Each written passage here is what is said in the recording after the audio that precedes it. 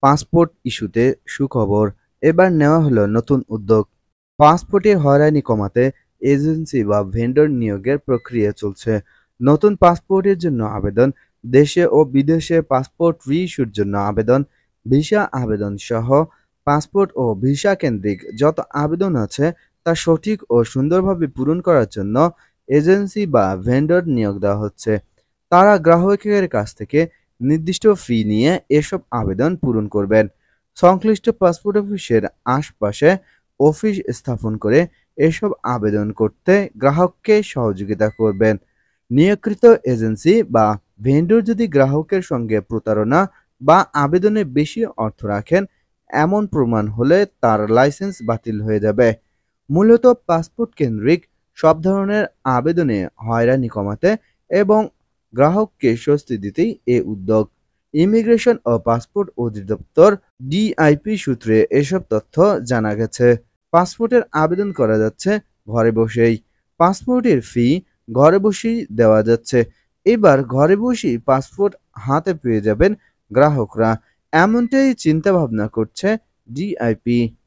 শুধু গ্রাহকের ছবি, চোখের আইরিশ এবং 10 আঙ্গুলের ফিঙ্গারপ্রিন্ট দিতে সংশ্লিষ্ট পাসপোর্ট অফিসে আসতে হবে।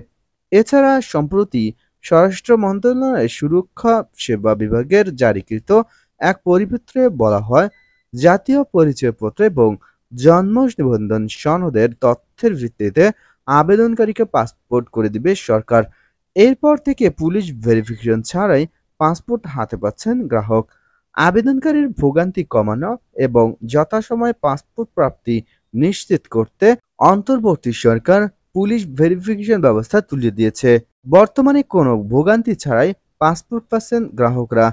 18 ফেব্রুয়ারি স্বরাষ্ট্র মন্ত্রণালয় থেকে জারিকৃত পরিপত্রে বলা হয়, নতুন পাসপোর্টের আবেদনের ক্ষেত্রে অনলাইনে যাচাইকৃত জাতীয় পরিচয়পত্রের তথ্যের ভিত্তিতে আবেদনকারীকে পুলিশ ভেরিফিকেশন বাদ দিয়ে পাসপোর্ট প্রদান করতে হবে।